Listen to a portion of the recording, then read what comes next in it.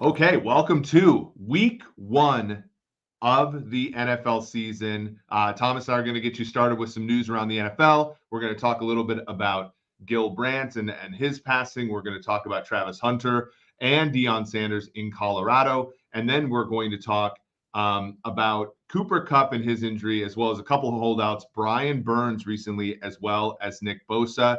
But let's go ahead and get this thing started.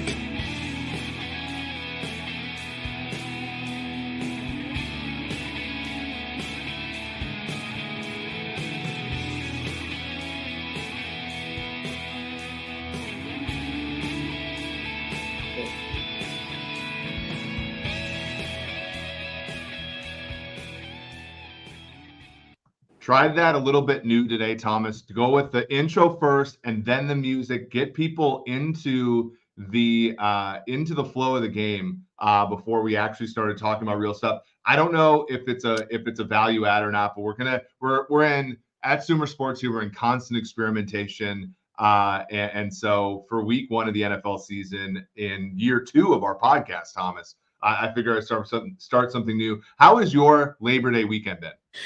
It's been great. I've had a great time. Although today I'm racing back thinking 3:00. I was on a great ride. I literally hit the garage, dropped the bike, ran upstairs, jumped in the pool, got back out here. We're a little late, but give me some kudos. I mean, I don't know how I did it, but I got back ready to roll. You know what? It's funny, and I don't mean this I mean this in a very complimentary way on behalf of your It's funny. I was just on with Steve Santiago, who's our brilliant VP of engineering on the consumer side, and he was like, "Don't you have a podcast, Thomas?" I'm like, "Yeah, he'll make it. Like he always does. He might be a minute or two late, but he always makes it." And which isn't always true, right? Like both of us have we interact with the powerful and the CEO and the GMs of the world. And I will say, like, to your credit, you are one of the most punctual and on time and considerate among people who have maybe outgrown necessarily the natural urges for those things, if that makes any sense. Like the fact is like I never really ever do worry about it, whether or not you've forgotten the podcast, which I think is a good thing for you. Well, yeah, I rarely forget about them. It's just every once in a while. I love this idea that we're going to be going to the 3:00 time frame. I love it. I'm really excited about it. It's just, today it was funny. My wife, Mimi, who said, "Is Eric really running a podcast today on this beautiful Labor Day?" And I said, "This dude just works it, man. He is always about on top of Sumer." Well, I mean, look, like we're trying to build an audience, and we could have done like a rebroadcast today, but I do think, I mean, there's just so much going on. I first want to talk to you about this, Thomas, because this is obviously in your field one of the pioneers and one of the people who sort of charted the path that a lot of you guys in the scouting community and in the evaluation community ended up walking through, and that was Gil Brandt. Gil Brandt passed away last week. Formerly of the Cowboys, has been retired for a long time. One of the great minds in football history. Can you just give me an idea? I talked about it a little bit when I did the show solo last Friday, but I want to get your perspective because obviously, you're somebody who's walked in, sort of the same path as him to a certain extent. And whenever somebody passes away like that, it's always good to look back and recap the great impact that they've had on our league. Yeah, I think anyone who's been in scouting likes to think they have some semblance of Gil Brandt to them as far as, taking the ball and running with it and being an evaluator and being really, really particular about the nuances of scouting. That was Gil Brandt through and through. Let's step back a little bit here, though, Eric. So, I mean, I feel humbled by you saying that, but man, most of us in this industry can't touch what Gil did. Think about Gil going all the way back to those days. Tex Schramm, he and Tom Landry were the best of friends. and Gil were building the Cowboys from nothing, doing what they were doing, putting together scouting systems. I mean, they were riding high on everything, was revolving around how Gil was putting it together. Over many, many years, Gil built teams, of course. He had such cachet in the league. He also had a lot of people along the way that he taught. A lot of people that were my age group, older than me, younger than me for sure. I mean, it's amazing what he did. And again, this was Gil sitting down with scouts who thought they knew everything about evaluating, kind of like you think you know everything about data and analytics, and PhDs of the mathematics of biology or plants. What was it again? I'm sorry. I studied populations, like plant populations, disease dynamic. I studied kind of everything, but yeah, I mean, it's crazy because everybody, and correct me if I'm wrong, but like everybody looks at the Cowboys kind of now and they're like, this is a very well-funded organization. This is America's team and all this kind of stuff. And everybody looks at Jerry Jones a little bit like, oh, he's kind of flying by the seat of his pants and all this kind of stuff. When in reality, the Cowboys have been one of the more forward-looking, I would say robust, maybe rigorous organizations in all of NFL history, right? I mean, going even back to Jimmy Johnson and the chart and all this kind of stuff, but you're talking about a documented way of evaluating players that persists over time. And we all think about the Patriots, and you were a part of that, where they had the same scouting system. And if I recall, correct me if I'm wrong, but like they had a scouting system that was like college and pro players on the same scale, and like that took a decent amount of effort and regularization from their scouts and their evaluators. But like it all traces back to Gil Brandt, right? And all of his hard work and sort of codifying what we know now as scouting. I think the even me, a mathematician who loves, I use scouting grades and stuff, obviously in some of our models, like we all owe a great debt to him. Yeah, and I want to make sure I'm completely respectful of my comments about your wild intelligence. I only say that because most people couldn't even touch reading the sentence or the title of your dissertation, let alone jumping in. Let me just say this: I had a great conversation with Alex Marvez today. You guys know Alex Marvez. Mm-hmm. I love Alex, one of my good friends in the media business. Really dialed in on the wrestling side with Tony Khan, right? The son of the owner of the Jacksonville Jaguars. But I was talking to Alex about his relationship today before I got on with Gil. I think they worked for 10 to 12 years or whatever, doing their shows together. They did really, really good work together. He was saying like there was no one harder working, no one who wanted to own his business more and be proud of what he was presenting regarding players, regarding scouting, regarding the NFL than Gil did, right? So I know that they worked tirelessly together often, and they would get in their little banters and everything. But I thought it was amazing to hear Alex Marvez, laud him for what he was. There was no one that could match him, and I don't know who's going to match him in the future. And I will say he hasn't worked for the last year. And it was a tough ending, of course. I think he was 91, correct? And I believe so. Yeah. He's just got so many people that look at him as just outrageously respected throughout the scouting side. And it's a sad day, but it's one that will be regarded for forever and ever at least in the scouting world. Yeah, I think everybody, I think of course you included, and you've had such a huge impact on a lot of people's lives, including mine. And I'm the same way where, I think when somebody like Gil passes, obviously it's very sad, but to your point, the silver lining, of course, is that he impacted a lot of people, and his legacy will live a lot longer than he does.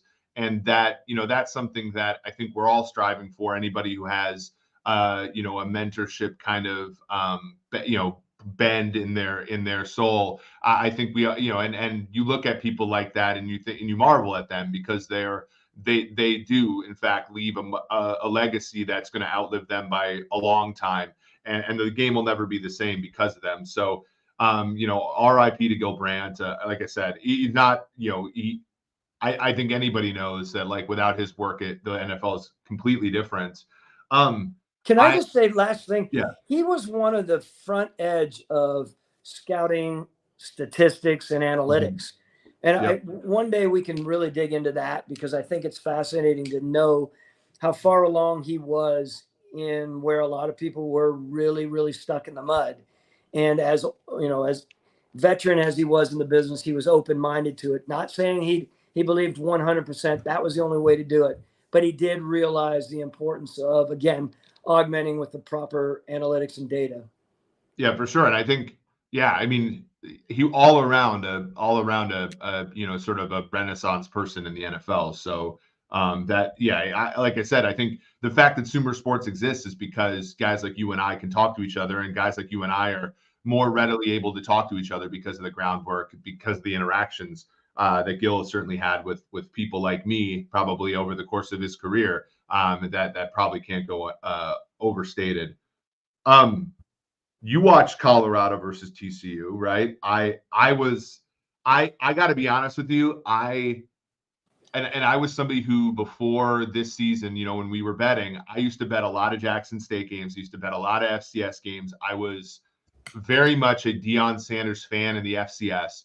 I was not expecting them to be as competitive as they were with the team that was in the national championship game a season ago. Granted, TCU they lost a lot of players, chief among them their quarterback, and offensively, they had like something like 18% returning snaps or something like that, something insane. So they're certainly rebuilding. But what Deion Sanders has done in the transfer portal, like bringing over basically all of his players brand new. 80 plus, right. By the way, if you're a college coach out there and you're looking for some assistance in doing such things, Sumer Sports, Thomas.Dimitroff at sumersports.com would probably be your first contact. But I'm amazed at how effectively they played to their strengths and avoided their weaknesses on Saturday. And then, of course, Travis Hunter, 117 total snaps. He caught 11 passes for over 100 and almost 120 yards. He had 3 tackles, forced 3 incompletions, and had an interception. I mean, this guy was the modern day Deion Sanders in that game, and probably even more because Deion, I think we all remember Deion as an amazing corner. He did start 9 games as a wide receiver in 1996 for the Dallas Cowboys, playing both ways. But for the most part, he was kind of a bit player on offense. Hunter was a full-time player, more or less, on both sides of the football, Thomas. When you watched him play, what went through your mind as an evaluator? Look, how appropriate was that for Deion to come out of the gate with a sort of Deion reincarnate, right? I think loved what they're doing, by the way. Everyone is down. You have such a mix, right, out there. People who are, having their thoughts about how Deion approached this and how could he turn everything up. 80 plus new recruits, right? I think he was doing it the way that he does it.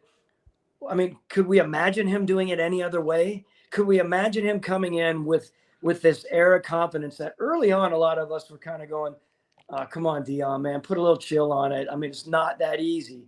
This dude understands how he's going to do it. He's going to do it. You're going to pin your ears back. You're going to be as confident as you can be. He's going to bring in HBCU guys who are damn good athletes across the board, and he's going to instill in them out the gate this level of confidence that no coach, I don't know if any coach can truly do it the way that he would do it, because that was him.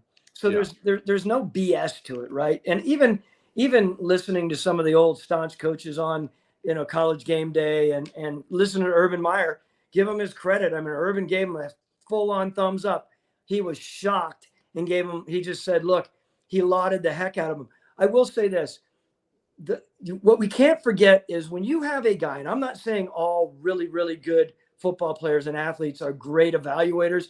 Deion has an unbelievable eye because he is the guy that not only is an amazing athlete, movement, everything we've all talked about at every position.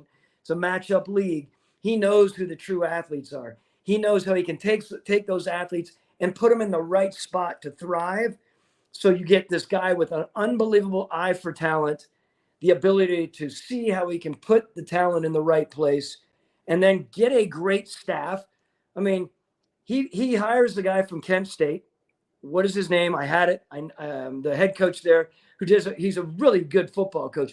Those of us in the league know it. I'm only blanking because Kent State falls off the side of my mind here every once in a while. But what he did is he brought coaches in like that, and he's the CEO. I was listening to Michael Lombardi. He was talking about the CEO of the team, right? I'm not a huge fan of coaches being the CEO of everything because sometimes it's too big for them. But Dion can take that role in a college program. And I think he's kicking it off very, very well, of course. Yeah, for sure. So it was Sean Lewis who joined his staff. And like you said, there's so much about Dion that so there's so much about Dion that provides us lessons in football. And I think this is important. In the NFL, where talent is pretty flat, scheme and coaching, I think, matter a little bit more than in college, where it's really, and this is like, I think it's music to your ears as an evaluator. In college football, it's about recruiting great players. And so like the part of me that was like a little bit worried about Dion was like, well, can he scheme it up? He can bring great players in and motivate them, but can he out scheme somebody? And ultimately, maybe that, and I'm not a scheme expert, but from what I can tell, it was a lot of simple stuff that beat TCU. It was get your great players against their supposed great players and win matchups. And that's all they did the whole game. And so I think and so if Dion really does have an edge in bringing in great players and getting them into then this would be sustainable, because college football is no more like, when you look at like the statistics around like what wins in the NFL, it's like quarterback and it's like not being weak anywhere. And in college football, it's a lot more like defensive line and offensive line, like you're true strong. Like if you have a great interior defensive lineman in college, the other team's pretty screwed because there's not like a guard in like a normal college team kind of isn't very good. And so maybe Dion sees that. But then the other thing that's just to me is so cool, and maybe this only works in college, but I wouldn't put it past him for it working in the NFL, is we've seen time after time Mike Singletary struggle as a head coach. We've seen a lot of like Dick, we've seen a lot of players who were the best that ever played at their position type players struggle because they can't relate to a player who has weaknesses the way that they never did, right? Like Mike Singletary was not only an incredible athlete, but also insane. And also just like everything you wanted in a middle linebacker. So if a middle linebacker is like a little timid or whatever, like he like might not be able to relate to him. And it's funny because I watched Deion Sanders and I'm like, my first instinct is to think that's also how he's going to be. But I think what Deion does is you can tell that he's incredibly loving of his players, but he also has a standard. Like, and Ryan says this, one of our loyal listeners, I want winners. He instead of saying, I can't work with these guys because they're not as good as I was, he's like, this is the standard. If you want to play here, you got to be as good as I was, right? And I think that there's a measure that, like, if you get to pick your players, which you do in college football now, like, I think that can win.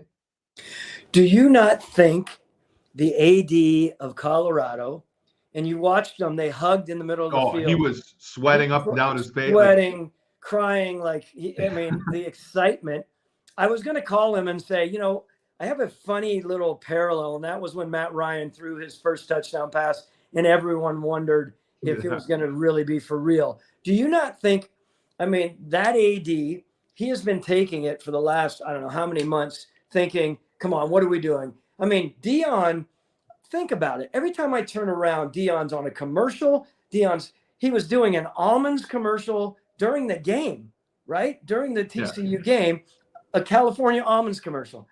I'm blown away. Every time you turn around, I'm thinking there is no one, marketing that school, that program more than Dion anyone has ever marketed any program. Even when I compare his, and it's really ironic that the two of them are on a commercial together, but there's Dion right next to Nick Saban doing the Aflac commercial. And, now Nick is working to pull that smile out more. God bless him. It's good to see that. but it's just a funny dichotomy there between personalities. Yeah. Anyway, I'm not meaning to get off on a tangent here, but the AD, all I know is, can you imagine the pressure on him? If it fell, he never surfaces again. Yeah. By the way, people forget Nick Saban, a alumni of the 1995 Cleveland Browns, just like the co-host here, Thomas Dimitroff.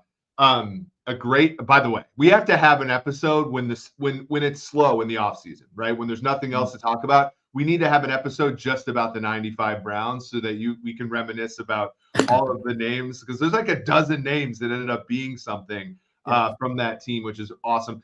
I agree. I think with Colorado too, the gamble on Deion was always a good one. And here's why.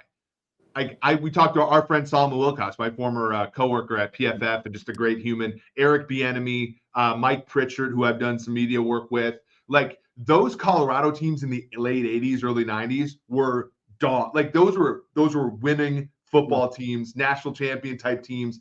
And, you had a little Cordell Stewart 94, right? And you kind of had that stuff. Rashawn Salam, I believe, was from Colorado, if I'm not mistaken. And since then, you really haven't had anything at Colorado. And so if you're one of the and you're moving conferences, all this kind of stuff, like, there's just so much there. I love the fact that they swung for the fences, right? Because now you put that Colorado team and you look like Boulder is in the middle of nowhere. If you think about the country, you know this because you have a home there. Like, the next nearest city is like 6 hours away via car. And so, like, it's kind of got its own, you could own that entire region of college football if you're amazing. And I think that swinging for the fence on Deion was, and ultimately, they might come out and lose to Nebraska next week. Who knows? But like, swinging for the fence was the right move, because we've seen the standard at Colorado and it's high, and it hasn't been achieved in decades. And so this is like the one shot that they had, I think, to get it back into that realm of respectability and, winning. Now, look, Boulder is an awesome area. It's a lot of people's utopia. Obviously close to Denver, but before you go, to your point, you have Colorado State up the street, but that's a different world. You got Arizona State down, and then all the way out towards Utah. I mean, yeah, you're a ways away. That state has been hanging off the edge for a while since back in the early 90s, right? My good friend, one of my very best friends in the world and in the league, is Matt Russell. Matt Russell used to be with the Broncos. He's now with the Eagles with Howie Roseman and Dave Caldwell. Matt Russell, like I've told you before, he's got one of the best eyes for talent. Played linebacker. Remember, he won the Butkus Award. One of the toughest ass guys. Great guy. And I was talking to him about it. He just said, look, it's not necessarily everyone's style there, but I mean, everyone in that town, everyone, not just up on the hill, talking about down in the area of Boulder, down along Pearl Street Mall. I mean, it's all prime. It's pretty amazing to see it. Yeah, and that's so cool, right? Because college football gets a rap of being like, to your point about Saban and Kirby Smart and, Ohio State, Michigan. Jim Harbaugh, by the way, a good NFL player who's turned out to be a pretty good coach. Maybe a little bit of a counterexample there to what we're talking about. But college football gets a rap of like not being inclusive to a lot of different, like in the NFL, like, look, much to our surprise, Detroit is playing Thursday, right? 2 years ago, they got the number 2 pick. The NFL cycles through teams good and bad. College football is a little bit more stable in that regard. And so a team like Colorado popping up and being the toast of the town, that's exactly, I think, what the sport needs. We have 3 players right now, Thomas. Now, we've known about 2 of them, Nick Bosa, Chris Jones. And now today, Brian Burns has not shown up to practice for Carolina. Now, I'm hearing some things about Burns and kind of, we talked at the Super Bowl, remember when we were on a bunch of Chicago stations, that maybe the Bears should think about acquiring Burns. They ended up, I think, asking, was the report. They asked for Brian Burns. The Panthers said, no, he's off limits. We'll give you DJ Moore instead. Ultimately, that was an exciting trade. Now, Burns' camp wants a deal, and the Panthers, haven't met it yet. It's very interesting to me now. We haven't had that many holdouts in a long time, and it's because you get fined $50,000 a day if you hold out and you're on contract.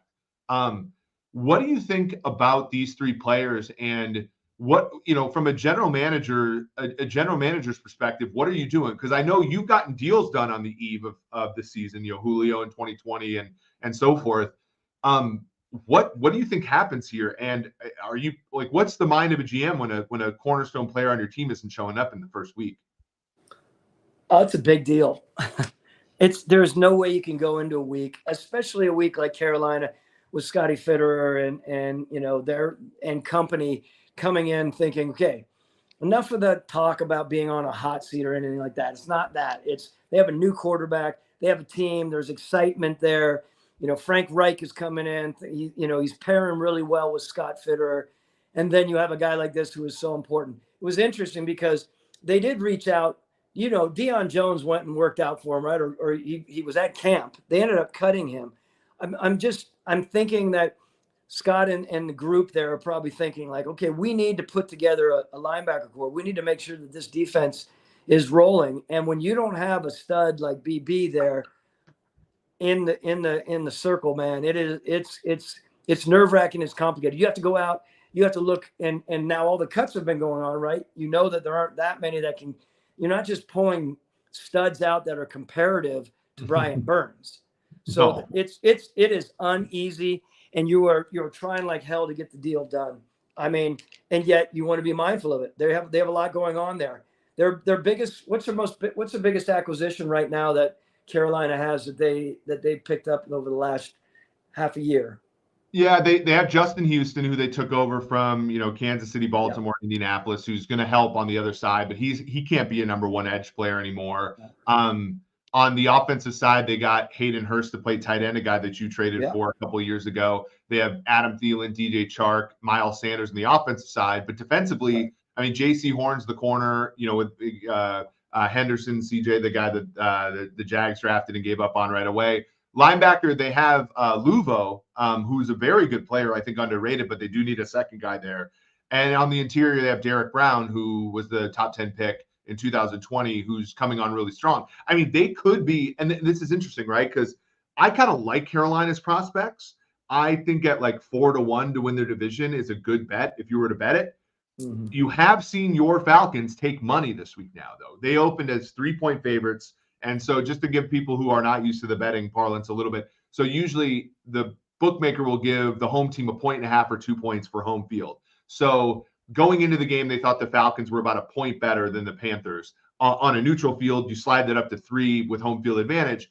Now you're seeing it out at 3.5, which is a lot because a lot of games, Thomas, about 8% of games land on 3 points as a differential. Mm-hmm. So Brian Burns is meaningful here.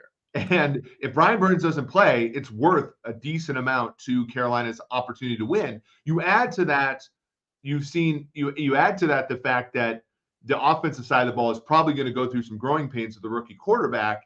And I think that's the nightmare situation if you're the Panthers, right? Is you can't get pressure on Desmond Ridder. You can't stop the run because Burns, Justin Houston is actually as a Chiefs fan, I can tell you, Justin Houston's a man against the run. So I think like run defense, they should be fine with him and Brown.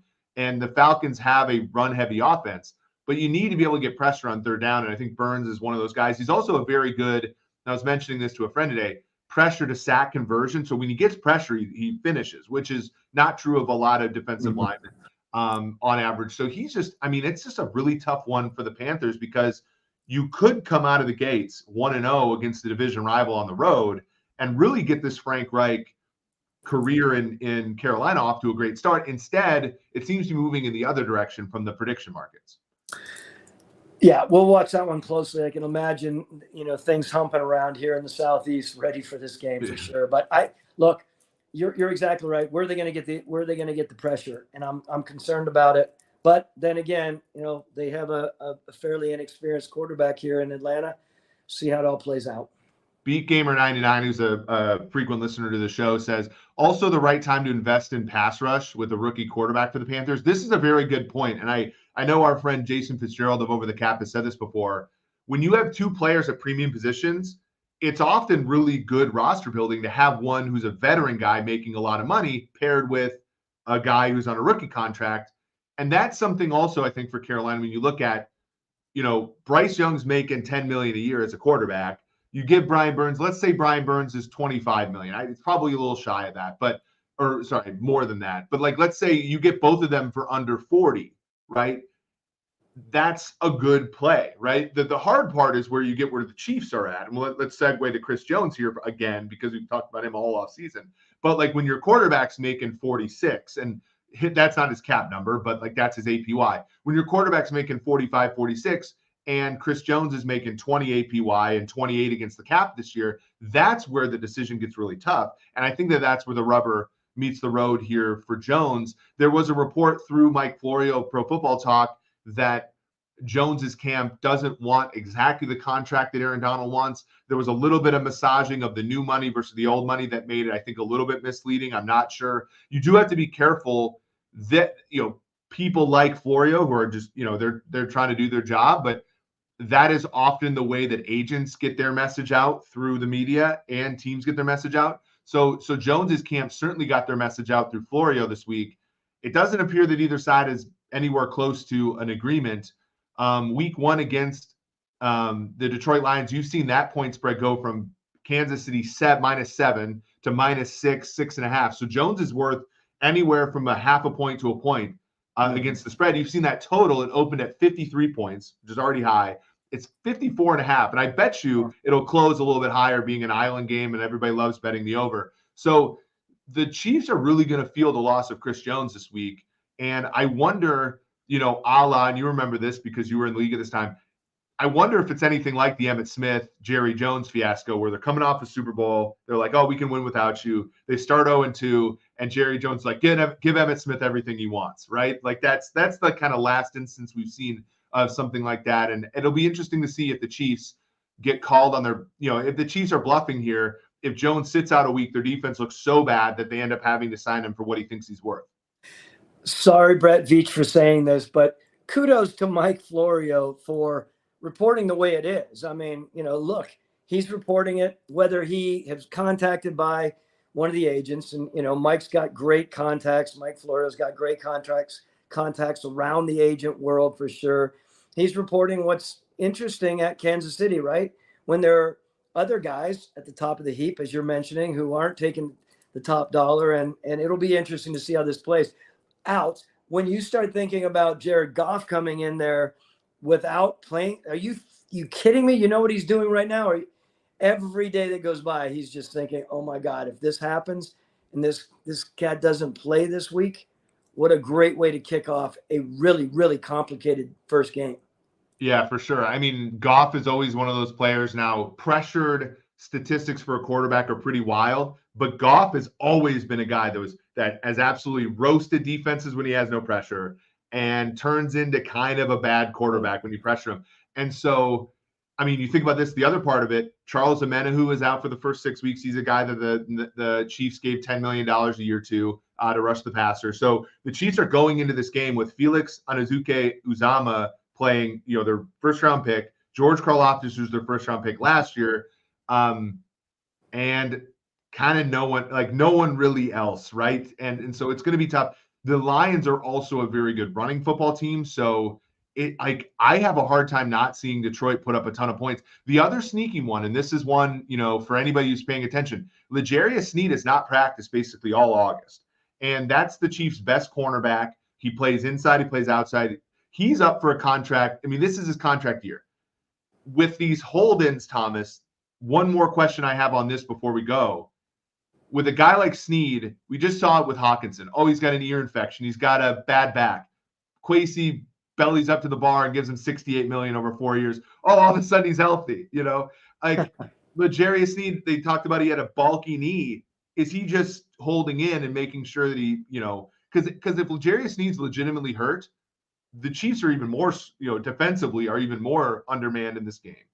If he's not hurt, but he's not practicing, his conditioning isn't going to be particularly good. And that's the one thing you have to worry about with Jones as well, where Jones, Bosa, and Burns, were they to ever come back, is conditioning is a problem too. A lot of times, I mean, the biggest one, you remember in 2005, Thomas, when Brett Favre told Javon Walker to get his ass back in camp, and then Javon Walker tore his ACL in week 1 without a contract. And it just, we anecdotally, you see this all the time with guys who aren't practicing a lot. They get hurt more. Look, there's no ifs, ands, or buts about it. Everyone wants to start off their game, their first game, their season with momentum. Whether they have everyone or not, the Chiefs want to come out and play good ball, even if they were playing without Chris Jones and still, of course, win the game.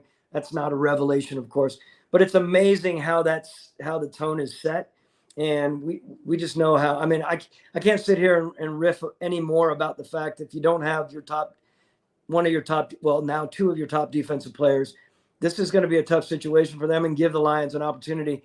I'm not, again, I love Brad Holmes. I love what they're doing there, but I'm still waiting to see what's going to happen. I want to continue to watch how this Lions team is going to handle, the main area right now, the top notch. Where are they ranked in our Yeah, they're a top 12-ish team. So yeah, let me actually pull this up so that people can get a little bit of Sumer Sports. Now, by the way, we're going to have additions to the website. Thomas Dimitroff has already seen those additions to the website that are going to come up later this week. We're really excited about them. But you go to Sumer Sports, you go to League, you go to these power rankings here. We have the Detroit Lions, if you want to look down, 3, 6, 9. We have them 12th.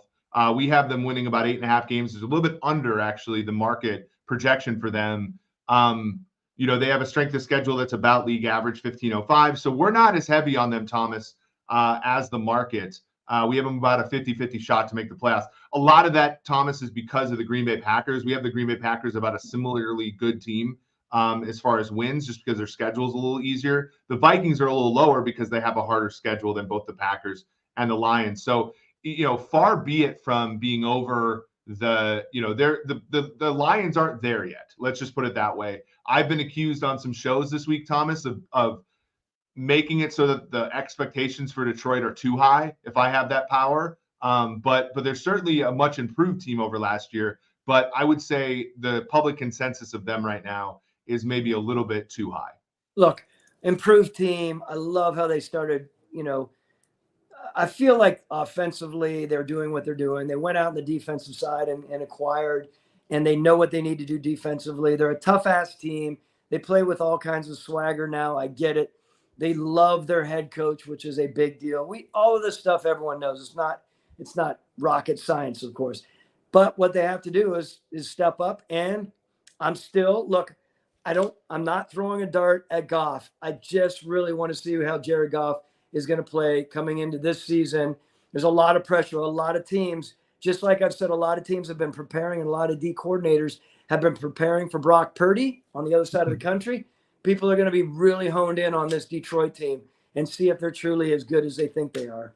Yeah, Ben Johnson, the offensive coordinator, and Aaron Glenn, the defensive coordinator, neither of them went to a different team as head coaches this year. I think that helps. But to your point, you're talking about a guy in Jared Goff who was second in the NFL. Now, he at half as much as Patrick Mahomes. Patrick Mahomes breaks the scale here, but in total EPA in the passing game, he was the second best in football last year. His sack rate was actually less than Patrick Mahomes's, which I think tells you how good of a job Brad Holmes and actually his predecessor too have done in building that offensive line, in building the infrastructure for him to be successful. I think Sam Laporta from Iowa, a guy we talked about on the show pre-draft, is a really good addition. The one thing that I do worry about, Thomas, before we let up here, is secondary receivers. Secondary receivers for the Lions. Amon-Ra St. Brown, fabulous. Whenever he was injured last year, we're talking about getting shut out by New England, only scoring 6 against Dallas, flailing in the second half against the Vikings when in Minneapolis. Amon-Ra St. Brown is their passing game right now. I get worried that if he were to get nicked up and he's a smaller player, how much does that tank the offense? Because they were really good at the beginning of the year and they were really good at the end of the year when he was healthy. But when he was injured, it was not the same offense. And Jamison Williams is out for 6 games because of gambling. They lost DJ Chark to Carolina, as we said. There needs to be players to step up. And Goff, to your point, Goff is a great quarterback when there's a lot in front, when there's stuff in front of him. He's has the production of a great quarterback. Let me put it that way. But when you take things away, you start to see some of the things that an evaluator like you is going to tell me, which is that he's more of a, he's not a 7 or 8 out of 9. He's a 5 or 6 out of 9. And that comes up when the stuff around him isn't as good. Now, Jahmyr Gibbs could be a difference maker there, but I get a little worried, and that's why our projections for the Lions are not as high as the markets are. Well, you made mention earlier, by the way, because I do want to piggyback off you. I mean, Brad Holmes and Dan Campbell working together and understanding each other, how they're going to build the team together and putting together that offensive line. I don't want to avoid any more conversation. I don't want to talk that much more about it, but I don't want to avoid it. I really love what they've done with their O-line, and Brad has a really good grasp of that. And he also has a really good grasp of what his head coach wants there. I'm not, I feel like that the head coach and the GM in Detroit have now earned enough respect by their owner, by, Chris Spielman and group, that they're letting them do their thing. And I think that's really, really beneficial to Detroit as they start moving along. If they start off with a hiccup in this first game, I don't feel like they're going to tank in any way. I think they have so much confidence, growing confidence in themselves. I think that they're going to be, they're going to take a full-on swing on it, moving on to the next game. So. Ryan makes a good question. Do you think the Lions are over 60% to make the playoffs if they win outright Thursday? Yeah. I mean, if they win outright, we have them underrated, right? Because then they're better than the Chiefs. They're not better than the Chiefs, but if they're capable of beating the Chiefs in Arrowhead on an emotional night like Thursday, I would put them more than 60% to make the playoffs. One thing to say, and I think this is because you have a great experience here. If they were to decline a little bit this year, I hope that ownership sticks with the current regime. You had a similar thing where you made the playoffs in 2008. We're 11-5, great season. 2009, you still had a winning season, but it was a few less wins. You didn't make the playoffs, and that just happens, right? That almost always, like, a team pops up, and then the whole league is like, oh my God, the Falcons are actually good now. And then they take extra care. They play harder against you the next year. And you almost always see a little bit of a decline after the first year of being good after being bad for a while. And so I just hope, for the sake of the Lions, like, I'd like for them to do well. There are a lot of great people in that building. But if they don't do quite as well as last year, I don't want them to blow up the whole thing, because I do think they're on the right path. And the wins and losses this year obviously matter. But I think, unless they go like 3-14, I hope that they stick with the regime, even if they don't improve as much off of last year. Yeah, I can't imagine they wouldn't. I just feel like they have a great deal of respect and liking for the head coach and the general manager. And again, if there are some struggles, how they respond to it will be really interesting. And look, I thought from the very beginning, the way that they put together their coaching staff, I've always been a little concerned about just going hog wild on pulling a whole bunch of ex-players in, right? You see that right now at Carolina, don't we? Isn't there a similar construction there? Yeah, they have Adrian Wilson, obviously Reich, and I'm trying to think. Ejiro Evero, I don't think is a former player, but he's a guy that came over from D'Angelo Hall. Hall, yeah, one of your guys. Yeah. No, he was never a Falcon while you were a Falcon, but you traded. No, he was traded right away. But anyway. But my point is, Detroit still has that element, right? And sometimes it works, other times it doesn't. Only because I've always wondered how it was going to work with the strong egos, within a staff. Now, there is no question, back to Dion a little bit. Those former players that kicked ass, and there were some kick-ass players on that Detroit Lions staff, they can hold court now, meaning like there aren't many players that they're going to ever back down to, of course, ever. And the players can't really battle them and say, you don't know anything, you've only been on the sideline, right? So as somebody who was made fun of on the telemetry basketball game at the Combine by by Antoine Randall, wide receiver coach for the Lions, who can still ball, by the way. I can attest that they not only have former players on their staff, but those former players still have every bit of the confidence that they had when they played. So, very good points by you. This was great. I can't wait till Wednesday, where we're going to preview, I think, more acutely how the Lions and how the Chiefs got there. We're going to talk about the news, as well as there's bound to be a bunch of news for the next 2 days. Keep it here. Thomas, go ahead. Well, I was just going to say, we didn't get to it when we're talking about, Cooper Kupp. I do want to talk about that a little bit, because I think it's an important. Do we have another minute? Oh, of course, yeah. I'd love to talk about Cooper Kupp. Just the idea. Look, Sumer, we've talked a lot about it over the last year, where we are with the medical side, right? How much does the medical side fold into a third party company, a data analytics company? How much do teams, when they're hiring a third party, need the data, need the background of the medical side, behind them to add legitimacy? And I was thinking about, interesting that this, when you're talking about Cooper Kupp, and there's a guy named Josh Sandel who is from Minnesota, who Cooper is visiting, right? Yeah. He's there are certain people out there who these, in the past, people have gone to places, they're a groin specialist, foot specialist, knee specialist, of course, not that many hamstring specialists, but there are some people out there that think that they have an answer through the hamstrings. And this fellow, again, Josh Sandel, happens to be one of those guys. And Cooper Kupp is, where are we with that? How do you feel about that? Because even if those guys have a little bit of salesman to them, that's a big thing nowadays. If someone's talking about, hey, there's a guy up in Minnesota who can get your hamstring right, then you go there, and then all of a sudden they become kind of the thing. I'm just look. We've all been. I mean, you are still an athlete. I was an athlete. I'll go out and I'll use past tense there. There's a little bit of, you talk about gamesmanship, but there's gamesmanship in medical. Like think about this. Like, you tear your ACL, you tear your calf or something like that.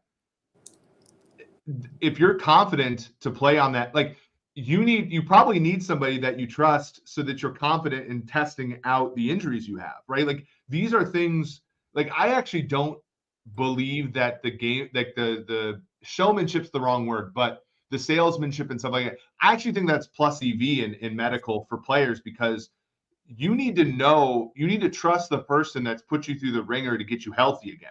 And some players are never the same. You can tell maybe they don't trust the medical work they got, or maybe they don't trust that they're all the way back yet, or something like that.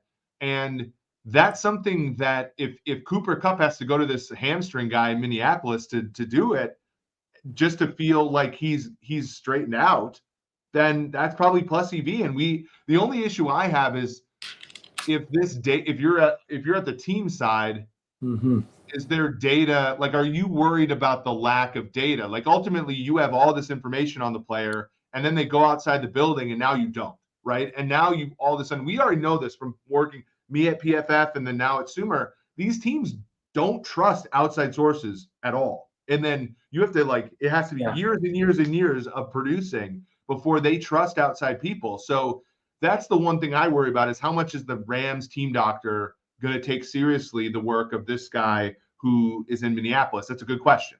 Well, look, I think it's imperative that the team does their research on who the people are. Your medical people, your trainer, your doctors need to have the ins and outs and the know-how about the person that your player is going to. Ultimately, the reason that it plays out that a guy like Cooper Kupp is going somewhere, many, many times it has to do with the agent who has done their research, and they think, okay, let's go and deal with Josh Sandel. There have been some rumors out there, maybe Josh is no longer necessarily with the healthcare system he was before. And, is he just carrying on? Was there a reason he's not? I mean, I don't want to stir rumors here, but the reality is you better, as an organization, do your research, because you want your dude as healthy as possible, and you don't want him with some snake oil salesman. Yeah, and there's not. I would say that people maybe oversell the conflicting nature of it, but there's conflicts. Like, Cooper Kupp wants to be as healthy as possible for the next time he plays. The Rams want him playing as quickly as possible, right? So they can, and especially for a player who's a little bit older like Kupp, they want him playing, and they want to trade him possibly, right? Or they want to have more flexibility with the asset they have. With Kupp, he wants to play when he's ready, and so there are conflicting, I would say, interests here, and you just have to take those into account. And I think that those conflicting interests probably breed distrust between that doctor and the Rams. So, and I'm not saying we're just talking about possibilities here, but it is a very interesting thing, and I'm glad you brought it up. Thanks for spending some time on it. Again, the medical side and the psych side, moving forward on any of these in any of these teams are really, really important topics that need to be taken care of. And hopefully at Sumer Sports, as we move forward, we're going to be in the right spot to be able to offer the right information in those areas as well. Yeah, for sure. And that's something also when you talk about the psych evaluation thing as well. When you think about players holding out, when you think about players, that is a hidden side, right? We all know, there are differing, like not every player is the same. And so, for example, there has been conflict in Kansas City about, Travis and Patrick took less. Why isn't Chris Jones taking less? And you have to realize that Chris Jones is a different human being than Patrick Mahomes and Travis Kelce. So, and same thing for Burns, same thing for Bosa, and obviously the same thing for Kupp. So that's something, to think about. This has been a lot of fun. By the way, a little tidbit out the door, Kyle Rudolph evidently swore by Josh Sandel. So it could be a really good guy and really helpful, but you just never know. You just need to make Rudolph, sure. Rudolph, by the way, dealt with he missed a lot of time at Notre Dame with a hamstring. He missed a lot of early parts of his career in Minnesota with injuries, but was mostly healthy after about 2015. Yeah. And, he wasn't fast. I'm not going to say this guy made Kyle Rudolph fast, but at least he got him on the field, for evidence sake here. Look, if the information is correct, we'll see how it plays out. Again, sometimes people just need the belief that they can go somewhere outside of their building and really focus on something. And if there's, if there are some, longstanding, if there's longstanding evidence that there's, people have been helped, then let's go and check it out. Well, and there's another part, not to stretch this out even further, but there's another part of it that injured players, even stars like Kupp, there have been a million newspaper articles written about injured players don't feel as big of a part of the team. And there's also an aspect of that is like feeling wanted as well, which is a human instinct that all of us have. And, that is another, I think, motivation for players leaving the team walls, because when a player's hurt, oftentimes, these teams are gearing up so much for the first week of the year that it's like you look, and again, I bring this back to the Chiefs just because I've listened to a few press conferences. You ask Andy Reid about Chris Jones, the guy's sick of talking about it. He wants to talk about the Detroit, right? And when you talk about injured players, it's the same thing. Sean McVay loves Cooper Kupp, I'm imagining, but he probably wants to talk about the Seattle Seahawks in week 1. And that can, of course, make a guy like Cooper Kupp feel less a part of the team and want to, get his treatment elsewhere. So it's all these human, again, we talk about the very beginning of the show, Gil Brandt, human element, but also the analytical approach to evaluating players. It takes us all the way to the end here, where the human element is also an important part of things like injuries and things like holdouts and stuff. So it's completely full circle. Great. Awesome. So this has been a lot of fun. Again, like I said, Wednesday we'll do the show again. We'll talk about the Chiefs. We'll talk about the Lions. We'll talk about week 1. We'll talk about any of the news that's bound to happen over the next 2 days, which will certainly be captivating as this league has the imagination of everybody during its open week. So for Thomas Dimitroff, for Eric Eager, this has been the Sumer Sports Show.